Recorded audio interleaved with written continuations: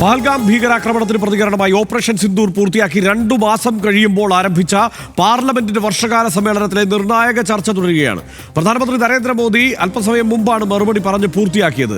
പ്രതിപക്ഷത്തിന്റെ നാളുകളായുള്ള ചോദ്യങ്ങൾ ഇന്നും ലോക്സഭയിൽ ആവർത്തിക്കപ്പെട്ടു.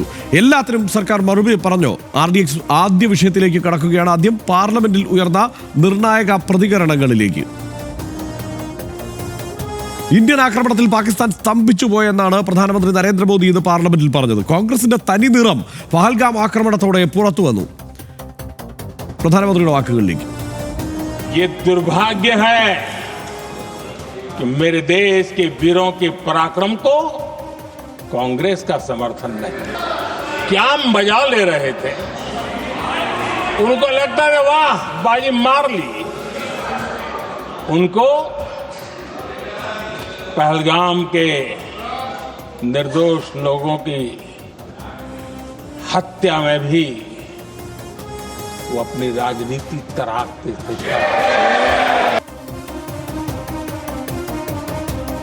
പ്രധാനമന്ത്രി നരേന്ദ്രമോദി സ്വന്തം പ്രതിച്ഛായ സംരക്ഷിക്കാൻ സൈന്യത്തെ ഉപയോഗിച്ചെന്ന് പ്രതിപക്ഷ നേതാവ് രാഹുൽ ഗാന്ധി.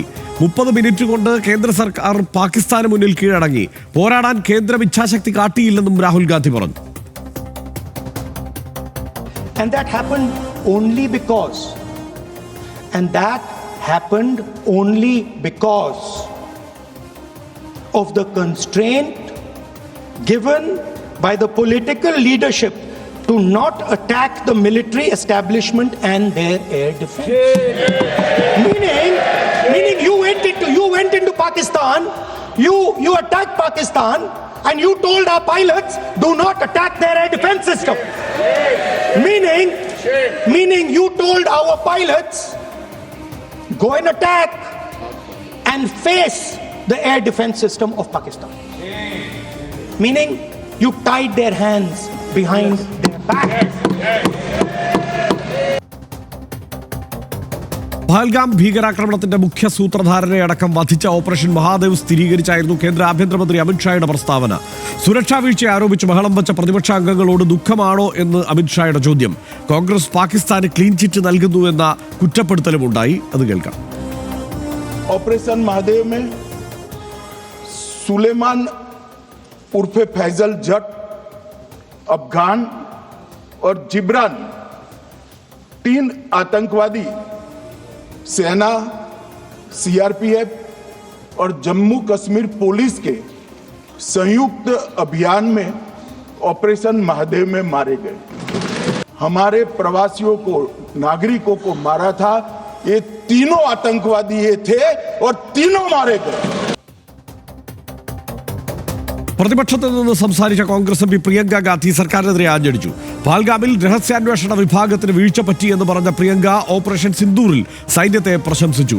നടപടിക്കിടെ ഇന്ത്യയുടെ യുദ്ധവിമാനങ്ങൾക്ക് നഷ്ടമുണ്ടായോ എന്ന് സർക്കാർ വ്യക്തമാക്കണമെന്നും ആവശ്യപ്പെട്ടു. ऑपरेशन सिंदूर की बात कर ली, आतंकवाद की बात कर ली, देश की रक्षा की बात कर ली, इतिहास का पाठ भी पढ़ा दिया, लेकिन एक बात छूट गई. ये लोग बैसारन वैली में, पहलगाम के पास कश्मीर में क्या कर रहे थे? പഹൽഗാമിൽ യഥാർത്ഥത്തിൽ എന്താണ് നടന്നതെന്ന് സർക്കാർ ജനങ്ങളോട് പറഞ്ഞില്ല എന്നായിരുന്നു DMK MP കനിമൊഴി പറഞ്ഞത്. എന്തുകൊണ്ട് സർക്കാർ മൗനം പാലിച്ചു എന്ന് കനിമൊഴി ചോദിച്ചു.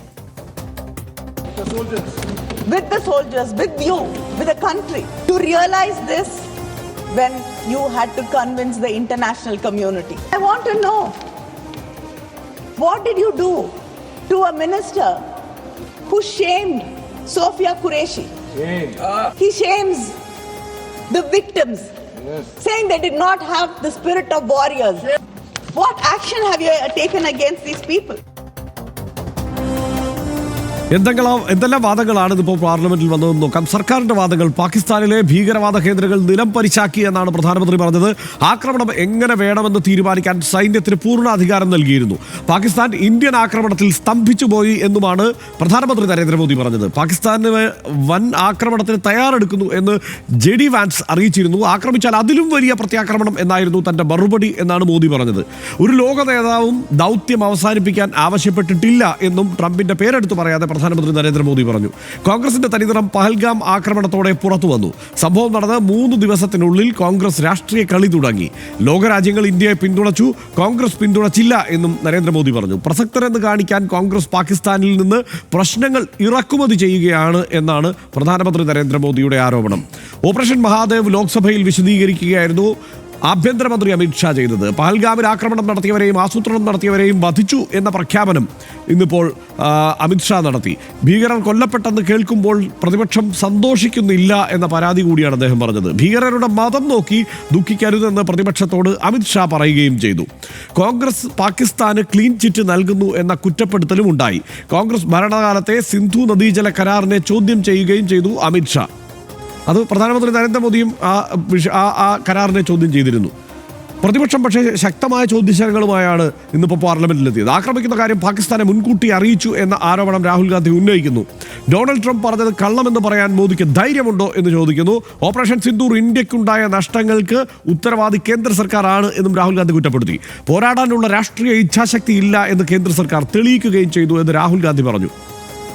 പഹൽഗാമിലെ സുരക്ഷാ വീഴ്ചയ്ക്ക് ആരും മറുപടി പറയും എന്നാണ് പ്രിയങ്ക ഗാന്ധി ചോദിച്ചത്. ഭീകരർ എങ്ങനെ പഹൽഗാമിൽ എത്തിയെന്ന് ഒരു ഇന്റലിജൻസ് ഏജൻസിയും അറിഞ്ഞില്ലേ? ഏതെങ്കിലും ലോകരാജ്യങ്ങൾ ആക്രമണ സമയത്ത് ഇന്ത്യക്ക് വേണ്ടി സംസാരിച്ചോ? ലോകം മുഴുവൻ ചുറ്റി സഞ്ചരിക്കുന്ന മോദിക്ക് എന്തേ ഒരൊറ്റ രാജ്യത്തെ പോലും കൂടെ നിർത്താൻ കഴിയാതെ പോയത്? ഭീകരാക്രമണത്തെപ്പറ്റി മുൻകൂട്ടി അറിയാമായിരുന്നു എന്ന് മല്ലികാർജുൻ ഖാർഗെ ചോദിച്ചു. പഹൽഗാം സംഭവത്തിന് 3 ദിവസം മുമ്പ് മോദി വിദേശ സന്ദർശനം ചുരുക്കിയത് എന്തിനാണ് എന്നും മല്ലികാർജുൻ ഖാർഗെ ചോദിച്ചു. എത്ര റഫാൽ വിമാനങ്ങൾ രാജ്യത്തിന് നഷ്ടമായി എന്ന ചോദ്യമാണ് അഖിലേഷ് യാദവ് ഉന്നയിച്ചത്. എന്താണ് നടന്നതെന്ന് സർക്കാർ ജനങ്ങളോട് പറഞ്ഞില്ല എന്ന് കനിമൊഴി ആരോപിച്ചു. 25 തവണയെങ്കിലും താനാണ് പ്രശ്നം പരിഹരിച്ചതെന്ന് ഡൊണാൾഡ് ട്രംപ് ആവർത്തിച്ചു പറഞ്ഞു. എന്തുകൊണ്ട് മോദിയും സർക്കാരും പക്ഷേ മൗനം പാലിച്ചു? ഇതാണോ ഇന്ത്യയുടെ വിദേശ നയം എന്ന ചോദ്യം കൂടിയാണ് പാർലമെന്റിൽ നിന്ന് പ്രതിപക്ഷം ഉന്നയിച്ചത്. ഇതിനിടെ തരൂരിന്റെ സമീപനം ഏറെ ഞെട്ടലുണ്ടാക്കുന്നതായി കോൺഗ്രസിന്. അമിത്ഷായുടെ പ്രസംഗം കൈയടിച്ച് സ്വാഗതം ചെയ്യുകയായിരുന്നു ശശി തരൂർ ചെയ്തത്. ശശി തരൂരിന്റെ നീക്കത്തിൽ അമ്പരന്ന് പോയി കോൺഗ്രസ് അംഗങ്ങൾ എന്നതുകൂടിയുണ്ട് ഇന്ന് സഭാതലത്തിൽ നിന്നുള്ള വിവരങ്ങളിൽ. ശ്രീജിത്ത് ബാലകൃഷ്ണൻ ഈ വാർത്തയുടെ വിശദാംശങ്ങളുമായി ഇപ്പോൾ നമ്മോടൊപ്പം ചേരുന്നുമുണ്ട്. ശ്രീജിത്ത്, ഇന്നിപ്പോൾ അല്പസമയം മുമ്പ് നമ്മൾ ഈ RDX ആരംഭിക്കുന്നതിന് തൊട്ട് മുമ്പാണ് പ്രധാനമന്ത്രി പ്രസംഗം അവസാനിപ്പിച്ചത്. എന്താണ് ഇതേക്കുറിച്ച് പറയാനുള്ളത്, ഇന്നത്തെ ചർച്ചകളെക്കുറിച്ച്? ഇന്നത്തെ ചർച്ചകളിൽ ഏറ്റവും പ്രധാനം രാഹുൽ ഗാന്ധിയും പ്രിയങ്ക ഗാന്ധിയും ഒരേ ദിവസം സഭയിൽ ഒന്നിച്ച ഒരു വിഷയത്തിൽ സംസാരിച്ചു എന്നുള്ളതാണ്. വലിയ രൂക്ഷമായ ആരോപണങ്ങളും വിമർശനങ്ങളുമാണ് സർക്കാരിനെതിരെ, പ്രത്യേകിച്ചും ഓപ്പറേഷൻ സിന്ദൂറുമായി ബന്ധപ്പെട്ടും പഹൽഗാം ഭീകരാക്രമണവുമായി ബന്ധപ്പെട്ടും ഉണ്ടായിട്ടുള്ള രണ്ടുപേരും ഉയർത്തിയിട്ടുള്ളത്. അതിനുള്ള മറുപടിയാണ് ഇന്ന് മോദി, രണ്ടുപേർക്കും ചേർത്തുള്ള മറുപടിയാണ് മോദി പറയുന്നത്. അതിൽ 1-2 കാര്യങ്ങൾ വളരെ വ്യക്തമാണ്. കാര്യം പ്രത്യേകിച്ചും രാഹുൽ ഗാന്ധി പറഞ്ഞ എല്ലാ ആരോപണങ്ങൾക്കും എല്ലാ ചോദ്യങ്ങൾക്കും ഏറെക്കുറെ നരേന്ദ്രമോദി ഉത്തരം നൽകി കഴിഞ്ഞു. പക്ഷേ അതിനു മുൻപ് പ്രിയങ്ക ഗാന്ധി ചോദിച്ച 2-3 കാര്യങ്ങളുണ്ട്. അതായത് രാജ്യത്തൊരു വലിയ ഭീകരാക്രമണം നടന്നു കഴിഞ്ഞു. ആ ഭീകരാക്രമണത്തിന് നടന്നുവെങ്കിൽ അതിനാരാണ് ഉത്തരവാദി? ആ ഉത്തരവാദിത്വം ആര് ഏറ്റെടുക്കും? ഈ 2 ചോദ്യങ്ങൾ. അതായത് ഇന്ത്യയിൽ വലിയ ഭീകരാക്രമണം ഉണ്ടാകുന്നു, അതിന് സുരക്ഷാ വീഴ്ച ഉണ്ടാകുന്നു. അത് സുരക്ഷാ വീഴ്ച എന്ന് ഇതുവരെയും കേന്ദ്ര സർക്കാരിൻ്റെ ഭാഗത്ത് നിന്ന് സമ്മതിക്കുന്നില്ല. അങ്ങനെ എന്തുകൊണ്ട് സമ്മതിക്കുന്നില്ല? രാജ്യത്ത് ഇതിനു മുമ്പ് 2008 ഇന്ത്യയിൽ ഉണ്ടായ ഭീകരാക്രമണമൊക്കെ പ്രിയങ്ക ഗാന്ധി ഓർമ്മിപ്പിക്കുന്നുണ്ട്. അതിനു മുൻപ് ഉണ്ടായ ഭീകരാക്രമണങ്ങളെക്കുറിച്ചും ഓരോ കാര്യങ്ങളെക്കുറിച്ചും പ്രിയങ്ക ഗാന്ധി ഓർമ്മിപ്പിക്കുന്നു. ആ ചോദ്യങ്ങൾക്കെല്ലാം, ആ ഓർമ്മിപ്പിക്കുമ്പോഴെല്ലാം അതിനെല്ലാം ഉത്തരവാദികളായിരുന്നവർ അന്നത് ഏറ്റെടുക്കുകയും രാജിവെക്കേണ്ടവർ രാജിവെക്കുകയും അതെല്ലാം കോൺഗ്രസ് സർക്കാരിനെതിരെ BJP അന്ന് ആരോപണങ്ങളായി ഉന്നയിക്കുകയും കോൺഗ്രസ് സർക്കാർ അതിന് മറുപടി പറയുകയും ചെയ്തിട്ടുണ്ട്. പക്ഷേ ഇപ്പോൾ ഇക്കാര്യത്തിൽ ഈ പഹൽഗാമിൽ നടന്ന ഭീകരാക്രമണത്തിൻ്റെ ഉത്തരവാദിത്വം ഏറ്റെടുക്കാൻ കേന്ദ്ര ആഭ്യന്തരമന്ത്രി അമിത്ഷാ തയ്യാറായിട്ടില്ല, പ്രധാനമന്ത്രി നരേന്ദ്രമോദി തയ്യാറായിട്ടില്ല. ഇങ്ങനെ ഒരു കാര്യം പ്രിയങ്ക ഗാന്ധി മുന്നോട്ട് വയ്ക്കുന്ന ചോദ്യം ഉയർത്തുന്നു. രണ്ടാമത്തെ കാര്യം, ഇന്റലിജൻസ് വീഴ്ച, സുരക്ഷാ വീഴ്ച അവിടെ ഉണ്ടായിട്ടുണ്ട് എന്നുള്ളത് വ്യക്തമാണ്. ഒരു സൈനികൻ പോലും ആ പ്രദേശത്തുണ്ടായിരുന്നില്ല. കശ്മീർ ഇപ്പോൾ ഭീകരമുക്തമാണ്, അല്ലെങ്കിൽ കശ്മീരിലേക്ക് ആർക്കും വരാം, കശ്മീരിലെ ഭൂമി ആർക്കും വാങ്ങാം, കശ്മീരിനെ നിങ്ങൾ സ്വതന്ത്രമായി വിട്ടു കഴിഞ്ഞു. അങ്ങനെ സ്വതന്ത്രമായി വിട്ടൊരു പ്രദേശത്ത് ഇത്രയും ആളുകൾ എങ്ങനെ കൊല്ലപ്പെടുന്നു? എന്തുകൊണ്ട് അവർക്ക് സുരക്ഷ ഒരുക്കാൻ ഈ സർക്കാരിന് കഴിഞ്ഞില്ല എന്നൊരു ചോദ്യം കൂടി. അങ്ങനെ സുരക്ഷാ വീഴ്ചയുമായി ബന്ധപ്പെട്ടും ഉത്തരവാദിത്വം ആര് ഏറ്റെടുക്കും എന്നുള്ളതിനെ സംബന്ധിച്ചും 2 ചോദ്യങ്ങളാണ് പ്രധാനമായിട്ടും നമുക്കതിൽ നിന്ന് മനസ്സിലാകുന്നത്. പ്രിയങ്ക ഗാന്ധിയുടെ 2 ചോദ്യങ്ങൾ. ആ 2 ചോദ്യങ്ങൾക്കും പ്രധാനമന്ത്രിയോ അമിത്ഷായോ ഇതുവരെയും ഉത്തരം പറഞ്ഞിട്ടില്ല. രാജ്യസഭയിൽ നദ്ദ ഇതേ ചോദ്യങ്ങൾ തന്നെ മല്ലികാർജുൻ ഖാർഗെയും ചോദിക്കുകയുണ്ടായി.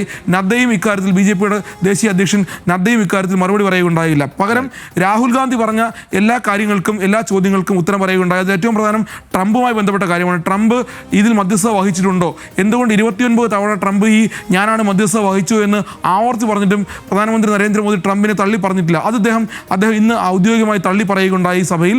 തള്ളി പറയുക മാത്രമല്ല, JD വാൻസ്, അമേരിക്കയുടെ ഉപരാഷ്ട്രപതി JD വാൻസ് ഇക്കാര്യത്തിൽ എന്നെ മെയ് 9 വിളിച്ചിരുന്നു. അപ്പോൾ ഞാൻ പറയുന്നു, പാകിസ്ഥാൻ ഇന്ത്യയെ ആക്രമിക്കുന്നെങ്കിൽ ആക്രമിച്ചോട്ടെ, പക്ഷേ അതിലും വലിയ തിരിച്ചടി, അതിന് വലിയ വില പാകിസ്ഥാൻ നൽകേണ്ടി വരും എന്നൊരു മറുപടി കൂടി അദ്ദേഹം പറയുന്നുണ്ട്. റൈറ്റ്, ശ്രീജിത്താണ് വിശദാംശങ്ങളില്ല. സനീഷ്, ഇതിപ്പോൾ ഈ കാര്യങ്ങളെല്ലാം ഈ മട്ടിൽ തുറന്ന ഒരു ചർച്ചയ്ക്ക് വിധേയമാകുന്നത് ഈ ആക്രമണത്തിന് ശേഷം ഇതാദ്യമായാണ്. കുറേ ചോദ്യങ്ങൾ, ഉത്തരം തേടുന്ന കുറേ ചോദ്യങ്ങൾ ഉണ്ടായിരുന്നു. ആ ചോദ്യങ്ങളെല്ലാം ഇന്നിപ്പോൾ സഭാതലത്തിൽ വന്നിട്ടുമുണ്ട്. എന്താണ് ഇതിൽ സർക്കാരിൻ്റെ മറുപടിയെക്കുറിച്ചും പ്രതിപക്ഷത്തിൻ്റെ ചോദ്യങ്ങളെക്കുറിച്ചും പറയാനുള്ളത്? ഇതിലിപ്പോൾ നമ്മൾ പ്രതീക്ഷിക്കാത്ത ഒന്നും ഉണ്ടായില്ല, അല്ലെങ്കിൽ നമ്മൾ നേരത്തെ അറിയാത്ത ഒരു വിവരവും പുതുതായിട്ട് പുറത്തു വന്നില്ല എന്നതാണ് എനിക്ക് ഇത് മുഴുവനായിട്ട് കേട്ടപ്പോൾ ആളുകൾ റിപ്പോർട്ട് ചെയ്തു. ഇപ്പോൾ ശ്രീജിത്ത് പറഞ്ഞ അടക്കമുള്ള കാര്യങ്ങളെല്ലാം വെച്ച് നോക്കുകയാണെങ്കിൽ പുതുതായിട്ട് നമ്മൾ അറിയാത്ത ഒന്നും പ്രത്യേകമായിട്ട് വന്നില്ല. ആകെപ്പാടെ ഉള്ളത് പ്രധാനമന്ത്രി നരേന്ദ്രമോദി ഒരു ലോക നേതാവും ഇത് യുദ്ധം നിർത്തണമെന്ന് ആവശ്യപ്പെട്ടിട്ടില്ല എന്ന് പറഞ്ഞതാണ്. അത് പക്ഷേ ട്രംപിൻ്റെ ഇടപെടൽ ഏത് തരത്തിലുള്ളതാണ് എന്നത് വ്യക്തമാക്കണമെന്ന് സഭയിൽ പ്രതിപക്ഷം ആവർത്തിച്ചുന്നയിച്ചതിനുള്ള മറുപടി ആയോ എന്ന് ചോദിച്ചാൽ ആയില്ല എന്നാണ് എനിക്ക് തോന്നിയത്. അതായത് ട്രംപിൻ്റെ ഇടപെടൽ എന്തായിരുന്നു നമുക്ക് ഓർമ്മയുണ്ട്. അതായത് ഈ വെടിനിർത്തൽ, യുദ്ധം അവസാനിപ്പിക്കുന്നു, വെടിനിർത്തൽ പ്രഖ്യാപിക്കുന്നത് ആദ്യം ആ അർത്ഥത്തിൽ ലോകത്തോട് പറയുന്നത് ട്രംപാണ്. നമുക്ക് ഓർമ്മയുണ്ടല്ലോ. അതായത് ഔദ്യോഗികമായിട്ട് ഇന്ത്യയുടെ ഭാഗത്തു നിന്ന് വരുന്നതിന് മുമ്പേ ആ ഒരു വർത്തമാനം ട്വീറ്റായിട്ടല്ലേ വന്നത്, എക്സിൽ വന്നിരിക്കുന്നത് ഇദ്ദേഹത്തിൻ്റെ ഭാഗത്ത്, ട്രംപിൻ്റെ ഭാഗത്ത് നിന്നായിരുന്നു. പിന്നീട് അദ്ദേഹം 29 തവണ അദ്ദേഹം ആവർത്തിച്ച് പറഞ്ഞു, പലപ്പോഴായിട്ട് ആവർത്തിച്ചു, ഞാനാണ് ഈ യുദ്ധങ്ങൾക്കിടയിൽ, ഇവ രാജ്യങ്ങൾക്കിടയിൽ യുദ്ധം ഉണ്ടായപ്പോൾ അത് പ്രശ്നമാക്കിയതെന്ന്. പക്ഷേ ആ ഒരു അവകാശവാദം പ്രധാനമന്ത്രി നരേന്ദ്രമോദി തള്ളിക്കളഞ്ഞു എന്നത് വസ്തുതയാണ്. അത് അദ്ദേഹം തള്ളിക്കളഞ്ഞു. ഒരു ലോക നേതാവും, ട്രംപിൻ്റെ പേരൊന്നും പറഞ്ഞില്ല, ഒരു ലോക നേതാവും ഇടപെട്ടിട്ടില്ല എന്ന് അദ്ദേഹം പറഞ്ഞു. പക്ഷേ അപ്പോഴും എങ്ങനെ അമേരിക്കൻ പ്രസിഡൻ്റായിട്ടുള്ള ഇദ്ദേഹത്തിന് നമ്മൾ സീസ് ഫയർ പ്രഖ്യാപിക്കുന്നതിന് മുമ്പ് അത് നമ്മളിലൂടെ മാധ്യമങ്ങളിലേക്ക്, ഔദ്യോഗിക സംവിധാനങ്ങളിലൂടെ മാധ്യമങ്ങളിലേക്ക് പുറത്തു വരുന്നതിന് മുമ്പ് എങ്ങനെ ട്രംപ് ഇക്കാര്യം അനൗൺസ് ചെയ്തു എന്ന കാര്യത്തിന് മറുപടി ഇപ്പോഴും ആയിട്ടില്ല. അതാണ് ഈ പറഞ്ഞതിൽ എന്തെങ്കിലുമൊക്കെ പുതുതായിട്ടുണ്ടെങ്കിൽ ഇവർ ഈ രാഷ്ട്രീയം അങ്ങോട്ടും ഇങ്ങോട്ടും പറയുന്നതല്ലാതെ കോൺഗ്രസ് ഒരു തരത്തിലും സഹായിച്ചിട്ടില്ല എന്ന് BJP പറയുന്നു. BJPയുടെ സർക്കാർ, കേന്ദ്ര സർക്കാർ അങ്ങേയറ്റം വലിയ വീഴ്ചകൾ ഉണ്ടാക്കിയെന്ന് കോൺഗ്രസും പ്രതിപക്ഷവും പറയുന്നു. ഇങ്ങനെ നമ്മൾ നേരത്തെ പ്രതീക്ഷിച്ചതല്ലാത്ത എന്തെങ്കിലും അതിനകത്തുണ്ടെങ്കിൽ ഈ പറഞ്ഞ ട്രംപിൻ്റെ വർത്തമാനത്തെക്കുറിച്ചുള്ള പൂർണ്ണ പിക്ചർ ഇപ്പോഴും വന്നിട്ടില്ല എന്നൊരു കാര്യമാണ് എനിക്ക് മനസ്സിലായത്. ബാക്കിയെല്ലാം അവരവർക്ക് ആകാവുന്ന രീതിയിലുള്ള നല്ല ഭാഷയിൽ പ്രധാനമന്ത്രി നരേന്ദ്രമോദി ഒട്ടും മോശമല്ല, രാഹുൽ ഗാന്ധിയും പ്രിയങ്ക ഗാന്ധിയും കനിമൊഴി ഒന്നും വർത്തമാനം പറയുന്നതിൽ മോശമല്ല, അവരവരുടെ പോയിന്റ് അവർ വളരെ വ്യക്തമായിട്ട് വെച്ചു. രണ്ടാമത്തെ ഒരു പ്രധാനപ്പെട്ട കാര്യം, ഈ ശശി തരൂരിനെ സംസാരിപ്പിക്കാൻ ഉള്ള ലിസ്റ്റിൽ ഉൾപ്പെടുത്തിയിട്ടില്ല എന്നത് കോൺഗ്രസിൻ്റെ മികച്ച നീക്കമായിട്ട് എനിക്ക് തോന്നി. എനിക്കതിനെ കോൺഗ്രസിനെ അഭിനന്ദിക്കണം. ആവശ്യപ്പെട്ടു എന്ന് പറയുന്നു, പക്ഷേ പിന്നീട് അദ്ദേഹം സമ്മതിച്ചില്ല. ഏതായാലും അദ്ദേഹത്തോടുള്ള ഒരു തണുപ്പൻ മട്ടും ഉണ്ടായിരിക്കുമല്ലോ, ഞാനത് സംസാരിക്കുന്നില്ല എന്ന് അദ്ദേഹം പറഞ്ഞത്. അദ്ദേഹത്തെ മാത്രമല്ല, ഈ ഡെലിഗേഷൻ്റെ ഭാഗമായിട്ട് കേന്ദ്രത്തിന് വേണ്ടിയിട്ട് പുറത്തേക്ക് പോയ മനീഷ് തിവാരി അതിനകത്ത് ഉൾപ്പെടുത്തിയിട്ടില്ല. പിന്നീട് ഫത്തേഗഡ് സാഹിബിൻ്റെ MP ആയിട്ടുള്ള അമർ സിംഗ് എന്നൊരു കോൺഗ്രസ് നേതാവ് ഉണ്ടായിരുന്നു, അയാൾക്ക് അവസരം കൊടുത്തിട്ടില്ല.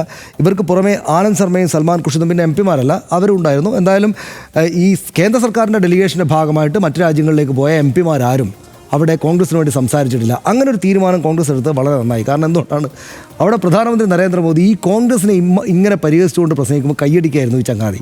അതുകൊണ്ട് ഈ ചങ്ങാതിക്ക് അവസരം കൊടുക്കാതിരുന്നതും എങ്ങനെയെങ്കിലുമൊക്കെ ആയിട്ട് കോൺഗ്രസിന് പുറത്തേക്ക് പോയിട്ട് എവിടെയാണെന്ന് വെച്ചാൽ സ്വന്തം താവളം തേടിക്കൊള്ളാൻ അദ്ദേഹത്തോട് പറയാനുള്ള സമയം കഴിഞ്ഞു എന്നാണ് തോന്നുന്നത്. കാരണം എന്തുകൊണ്ടെന്നാൽ ഹർഷൻ, അതായത് നമുക്കറിയാം ഇവിടെ രാഷ്ട്രീയമായിട്ട് കേന്ദ്ര സർക്കാരിനെ അതിശക്തമായിട്ട് എതിർക്കുന്ന കോൺഗ്രസ് അടക്കമുള്ള പ്രതിപക്ഷ കക്ഷികളും സകലമാന മാധ്യമങ്ങളും രാജ്യത്തെ ഭൂരിപക്ഷം ജനങ്ങളും 99.999% ആളുകളും ഈ കേന്ദ്ര സർക്കാരിനൊപ്പവും രാജ്യത്തിനൊപ്പവും സൈന്യത്തിനൊപ്പവും നിന്ന ഒരു സംഭവമായിരുന്നു ഈ ഓപ്പറേഷൻ പെഹൽഗാം. അതിൽ കോൺഗ്രസ് ലോകരാഷ്ട്രങ്ങൾ മുഴുവൻ 190-ലേറെ രാജ്യങ്ങൾ ഉള്ളതിൽ 3 രാജ്യങ്ങൾ മാത്രമാണ് പാകിസ്ഥാന് പിന്തുണ കൊടുത്തത്. ബാക്കി മുഴുവൻ രാജ്യങ്ങളും ഇന്ത്യക്ക് പിന്തുണ നൽകി. പക്ഷേ കോൺഗ്രസ് ഞങ്ങൾക്ക് പിന്തുണ നൽകിയിട്ടില്ല എന്നാണ് ഈ പ്രധാനമന്ത്രി അവിടെ പ്രസംഗിച്ചത്. കോൺഗ്രസ് പിന്തുണച്ചില്ല എന്ന് അമിത്ഷായും പ്രസംഗിച്ചു.